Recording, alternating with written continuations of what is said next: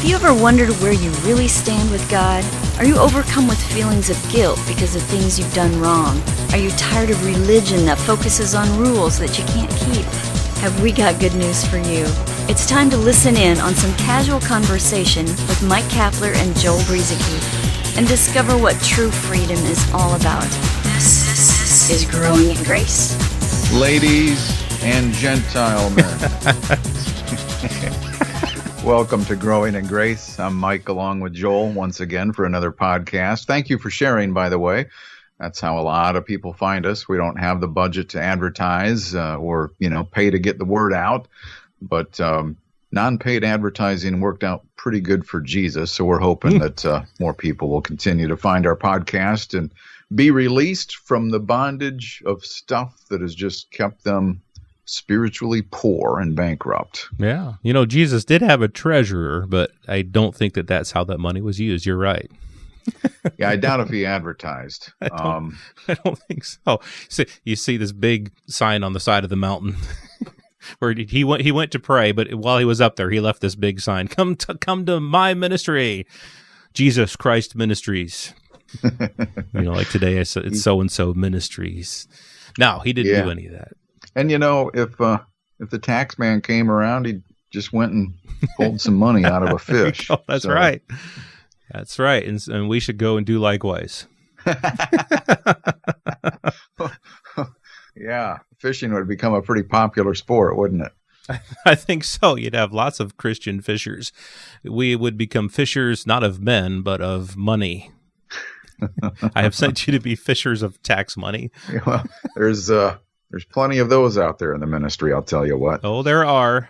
But fortunately, we know better, hopefully. But we do have a lot of learning to do, of course. Anything that you hear on this podcast, it just reminds me. I was thinking about this the other day. I saw a really nice comment from somebody. Someone had posted something of ours on a certain page on Facebook. I can't even remember what it was. And someone commented that this teaching had helped to restore the years that the locusts had eaten. Reference to something that happened in the Old Covenant that God actually did in the Old Covenant, but often it's used metaphorically. When someone becomes free and but anyway, this person, obviously, the years in the church were like years that the locusts had eaten under all this legalism and bondage. And then we come along teaching this stuff and somebody's set free. And it's just, I can't even remember where I was going with this. What was I even talking about? Well, I'll tell you one thing, Joel. They were embedded with a lot of legalism if they're referring to locusts having eaten away their grace. Yeah, that's true. Well, I think I remember where I was going with this.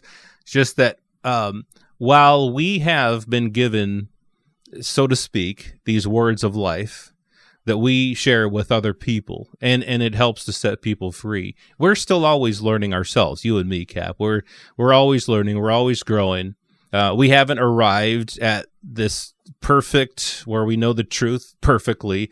We're sharing the things that have set our hearts free. We're sharing things that we believe are the truth of the scriptures. Last week, you said something about, we've come a long way, baby, since the beginning of our podcast, 12 and a half years ago.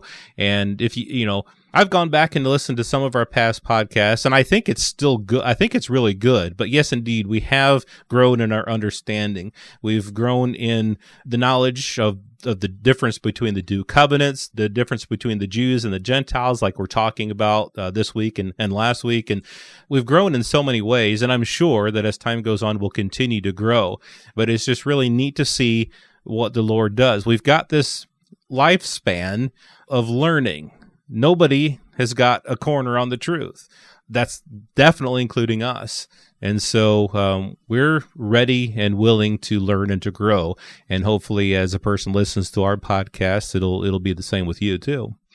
Yeah, we get in this mindset sometimes that we think we know about particular things. That you're talking about the same stuff all the time. Look, I pointed out to Joel recently that look up in the sky and see that star.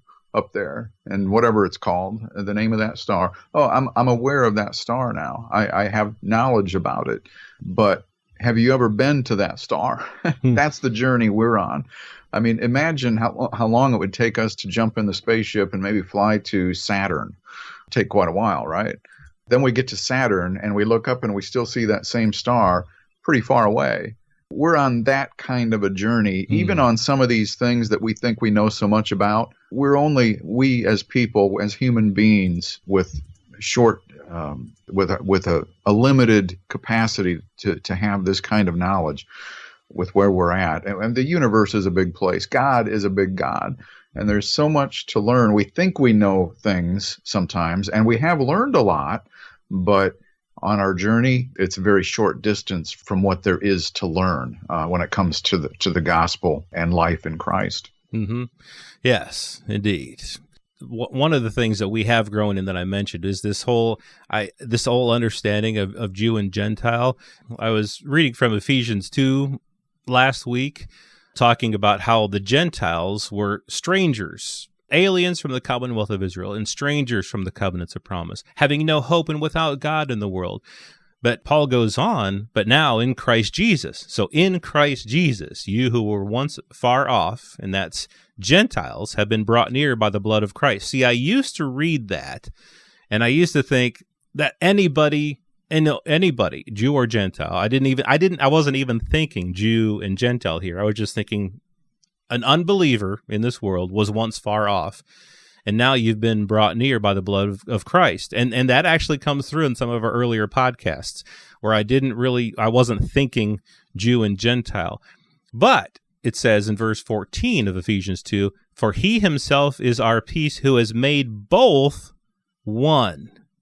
And without that understanding of Jew and Gentile, both, what's both? What are you talking about, both? He has made both one and broken down the middle wall of separation. What? Middle wall of separation? What's he talking about? Again, if you don't have this understanding of that there were Jews who were near to God, they were his chosen people, they had the covenants of promise, they were the commonwealth of Israel, and then you had those who were far off, the Gentiles. So this middle wall of separation, having abolished in his flesh the enmity, that is the law of commandments contained in ordinances, so as to create in himself, as we talked about last week, one new man from the two. So out of the Jews and out of the Gentiles, one new man was created, a new man. Again, we're not spiritual Jews.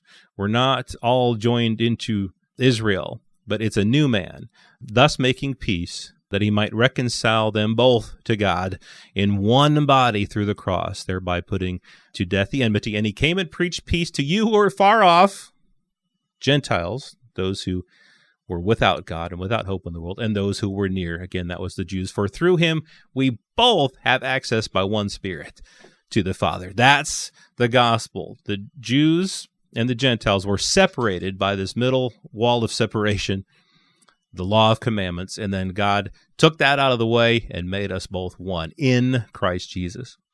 Yeah, having this this understanding historically and otherwise between Jew and Gentile, it's a big deal toward gaining a greater understanding of the gospel. You finished last week's program with the non-Jewish woman who came seeking help from Jesus. He ignored her and finally said, look, I've been sent only to the lost sheep of the house of Israel. I'm sorry. And she said, well, look, even dogs get crumbs from the master's table. And her answer is what prompted Jesus to say, whoa, wait a minute here. What you just said, faith was demonstrated. Great faith. You have answered with faith. And see, this is a different thing now. And she was one of several instances where we see Jesus did minister something good to Gentile people, non-Jewish people. But faith was what prompted his response.